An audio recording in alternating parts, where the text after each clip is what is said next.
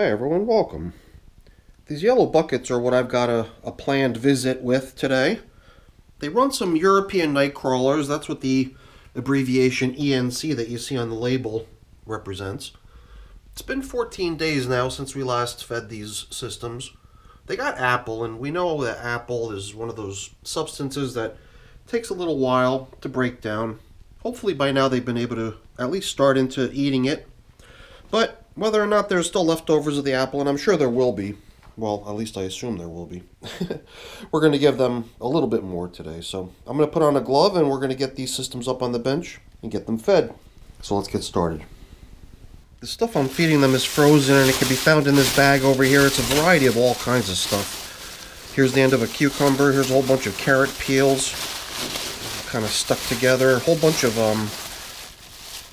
what was that? I thought I saw mushroom for some reason, but maybe it was just the appearance of it. I thought it was mushroom, but I think it's actually turnips or parsnips or something. I don't know. It was so light too, I thought it was mushroom just because of the light weight.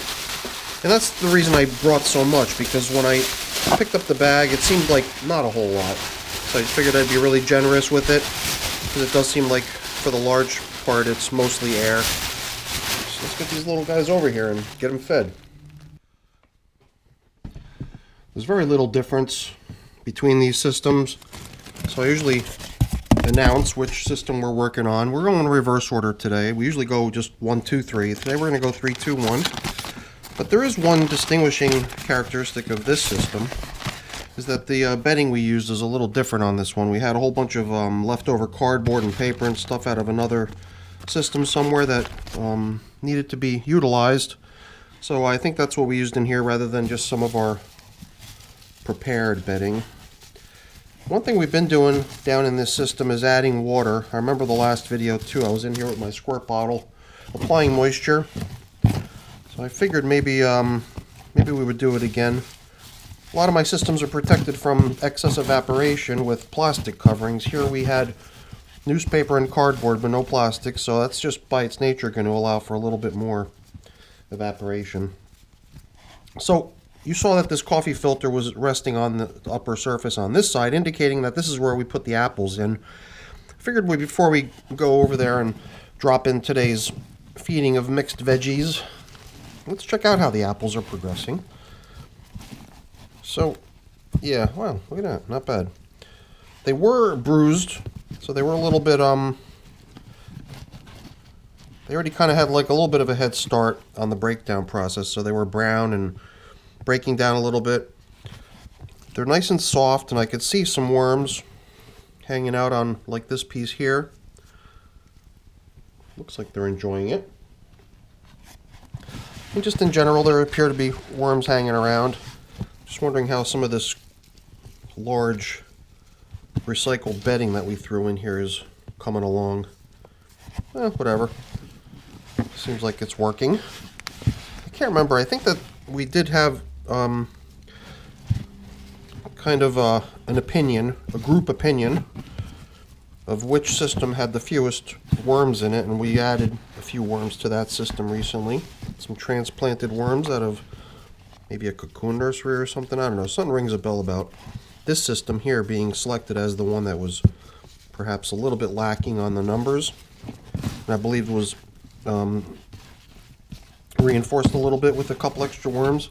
So, you know, I mean, there's dry material out here on the surface, but right down there where the feeding was applied, it felt pretty good. Before we pile stuff on here, though, I've got my spray bottle. I'm just going to, for good measure, apply some moisture into here. If it's 14 days again like it was this time between check-ins, it just feels like the right thing to do. Things in my systems have been relatively dry, and since we opted not to protect this one from the onslaught of evaporation, we do need to supplement the moisture. I guess some people might say later, you know, at some point later, this material that's very dry on the surface will have its chance. But I'd like to try to give it its chance right from the start. Now down here, pretty damp. And this is where not the last feeding, but the feeding that came prior was placed. We've been going back and forth in this system just to alternate the feeding location, but from what I remember, what was put in here was cantaloupe rinds.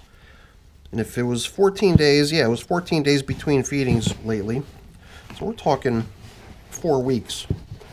There'd be no leftovers of cantaloupe, that's for sure. And it just seems to me like a huge predominance of castings on this side. Seems like there's been a lot of worm traffic on this side for whatever reason, or at least more, seemingly more. It takes me back to that theory, you know, because this is the side of the system. You see here's got the label on it. You know, the label faces the inside of the room, and I've got this theory about, you know, since it's winter and worms do seem to prefer slightly warmer conditions than are present down here in my wormery. Sometimes I wonder if the warm side of the bin is where you'll find more worms or more activity just because they're more comfortable there regardless of where you've been feeding. So I don't know. Alright, I did a pretty good size excavation in here. And before we drop in today's feeding, I'm going to put in a little bit of supplementary bedding from my pre-made bedding collection. I don't think we have to fully excavate the hole, but let me go grab that. This is just much of the same, just like we already see in here elsewhere. It's so nice to see so many castings developing. Let's see how much we're going to be able to fit in here. That's like one handful and a second handful. Feels to me like I've taken about a third of the material that I bought down here. And it looks like a pretty generous feeding. Let's sprinkle in a little bit of the pulverized eggshell as grit for these guys. And before we cover up, I'm going to just go ahead and be really generous with the bedding and throw that right on top. A little bit of fresh bedding to go hand in hand with what's in here already. So this is a pretty cool looking bin. I don't know for sure if it's really the lesser of the three in terms of the number of worms living in it. Could be. And I'm wondering if all that casting material could have come in possibly with a transplant of worms or with that recycled bedding. I'm thinking that if we, let's put this on this side to show where we last fed. I'm thinking that if we go into the other two systems and don't see quite as many castings, then we might have to chalk up all the castings that we're seeing in here to them being put in here as opposed to them being created in here. But I really can't say for sure. But we're going to go grab the bucket number 2 and we're going to get them fed next. Okay, you know, in terms of bins being similar to one another, I would guess that the next two buckets number 1 and 2 are possibly a little more similar to one another, just in general. It's funny, you know, I'm looking at the water bottle over here. We could have actually added more water to help some of that freshly added bedding that we put into the other bin with moisture. But you know, all that frozen veggie in there, I think we're going to be good. Not to mention that the bedding did feel quite nice, so I don't think there was really that much of a moisture issue. We did grab a little bit of material and spray it down over there, so the bin did get a little bit of extra moisture. So we'll probably do the same in here. Just possibly spray some of this stuff after we use it to cover up. But here too, I just want to take a look at how the apples are doing in this system. Here again, we just had that coffee filter resting out on the top surface, indicating to us where we last fed. And, you know, I see bedding, like a piece of coffee filter. Some coffee stuck to it as well. Aha, here we go. It's a little chunk of apple. Looks pretty far gone. Let's see if we can find any more. Oh, I think I might have just punched my finger through one of them. I felt like a little pop, almost like a burst. So here too, it feels like we're seeing a similar quantity of leftovers. So I mean, I did attempt to divvy up the worm population evenly when I built these systems and launched worms into them. But it was just kind of a, you know, chop it up 3 ways and send them in their separate directions. There wasn't a lot of effort made to make sure that each system got an equal number of worms. So there's a chance that one of these systems is got a little advantage over the others in terms of head count, but so far I'm not really seeing too much evidence of that. So I'm gonna continue to try to be consistent when it comes to portion sizes and everything like that. I don't want to start treating one as special or different. It's kind of like that whole concept of no waiting, just catching up. Don't slow down the whole crowd because of the weakness of one player. Kind of force that player to get stronger and faster and more capable of keeping up. So maybe a little bit more moisture on this stuff would be helpful. But you don't have to go deep. You get right down into material that feels pretty well protected from the drying effects of the air. Here too, this corner would have been fed 28 days ago with the same stuff with cantaloupe melon. Mainly the rinds. That's usually what the worms get. The actual melon itself is usually human food. And the worms get the leftovers of the rinds. But here too, I'm seeing a great deal of casting material. I just wonder if it's got something to do with worms wanting to just hang out on the side of the bin that's facing the room versus the side that's facing the wall, where a little bit of the outside air manages to sneak in and keep things a little bit cooler. At least that's my theory. That's the way it feels to me, and it seems that way. We've seen similar things in a couple places, so it seems realistic. I'm going to grab another handful of bedding to throw the feeding into. Let's bring over our food supply here. What do we got? We'll go same portions here. 1 handful. 2 handfuls. Well, the first handful felt a little skimpy, so we'll give them a little extra, and we'll also assume that maybe there's a little bit more of a worm population in here, just based on what the viewers seem to think. Although I don't want to get into biases or any sort of special treatment on any of these systems. I want to just keep treating them all alike. Unless there's a real need to, obviously. I don't think it's really necessary to add too much moisture. Let's leave it as is. I like to rely a little bit on the food itself emitting some moisture as it thaws and gets broken down. So I think we'll be in pretty good shape here. On to the final system that needs to be fed, and that's bucket number 1. Onward. Here we go. Oh, I guess we just stumbled on a a spider's web here. It's all stuck to my fingers. The silk. I guess we're seeing what remains of the insects that he's caught and eaten and ejected, which is kind of cool.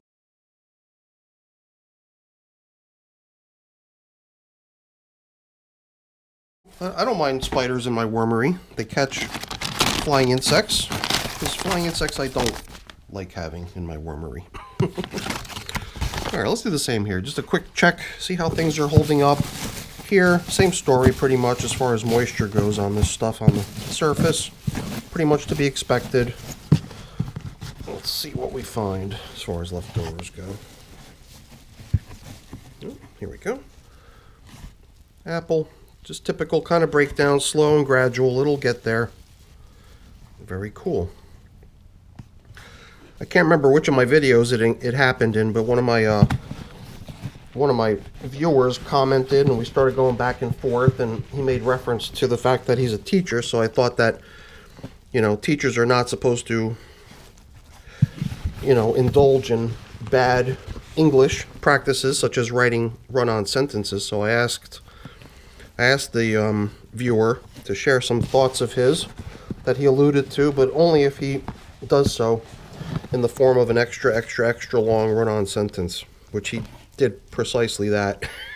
So it was just funny reading it, and I guess coincidentally the topic was why he believes that apples are a little bit slow to break down. You know, it had something to do with their chemical makeup, I guess, partially to do with the density of the fibrous material and stuff like that. So either way, I guess it was just interesting to read a run-on sentence that was seemingly longer than most paragraphs you read. Alright, so let's start shoveling in some of this dry stuff that's out here on the surface to cover up with and try to help it out a little bit with some extra moisture. I'm definitely not adding as much moisture today, as you might have noticed, as I did last time we were in here. If you're recalling, I pretty much had the wand of the spray bottle down here in the container the whole time, pretty much dispensing moisture into the material to dampen it. So, oh shoot, that was perhaps a little bit too rough. Let's bring up some of the stuff that's down here at the bottom. Down at the bottom, everything feels just fine. If a couple centimeters on the top of the material is dry, I don't think it's going to be the end of the world. And we keep mixing the stuff up too pretty nicely, combining the stuff that's been a little bit dry and a little bit neglected with all of these nice damp surrounding materials. I think we're giving pretty much everything a nice even chance at breaking down. Here too, I don't know. What do you think? Do we have more castings piled up on this side than on the other side? Could it be because of the warmth? I wonder. Alright, we're almost done. Let's get some more bedding in here and then we can dump in what remains of the food that we bought down here for these little guys. At this point, I'm just going to grab the entire plastic bag and grab it by the bottom so that the entire contents can pour out. Kind of nice when it's frozen. Here too, just a little bit of crushed eggshell to help along with the breakdown of these foods. A little bit of grit never hurts. And oops, what's fair is fair. Let's give them some extra bedding too. Guess I got a little bit I need to pick up off the table as well. Very nice. So I don't know, this bedding is actually pre-dampened. I store it with a little bit of moisture content. It's just not very damp. So whatever, we sprayed that one down. I think this system got a little bit more of an application of moisture than the others did. But I don't think it's going to give it any sort of a major advantage or benefit over the others. I think they're all pretty much coming along evenly. And I kind of like the idea of giving a pretty generous amount of bedding each time I feed. Every time I've got an opportunity to come in here and check on them. Because I'd like for the environment to grow in size so that the worms can kind of sense that and possibly react to it by trying to fill the space with some baby worms. So here we go, giving this bin yet another slight advantage over the neighboring bins with some more water. I don't know, I do think that a little bit more dampness in a system definitely gives the system an advantage in terms of breaking its materials down. But I think we're pretty much done here. Let's get everything covered up and put away. I've only got a few things to take care of cleaning up. My glove already got partially cleaned, but I'll take care of doing the rest of it over at the sink. But before I go, let me just really quickly say thank you.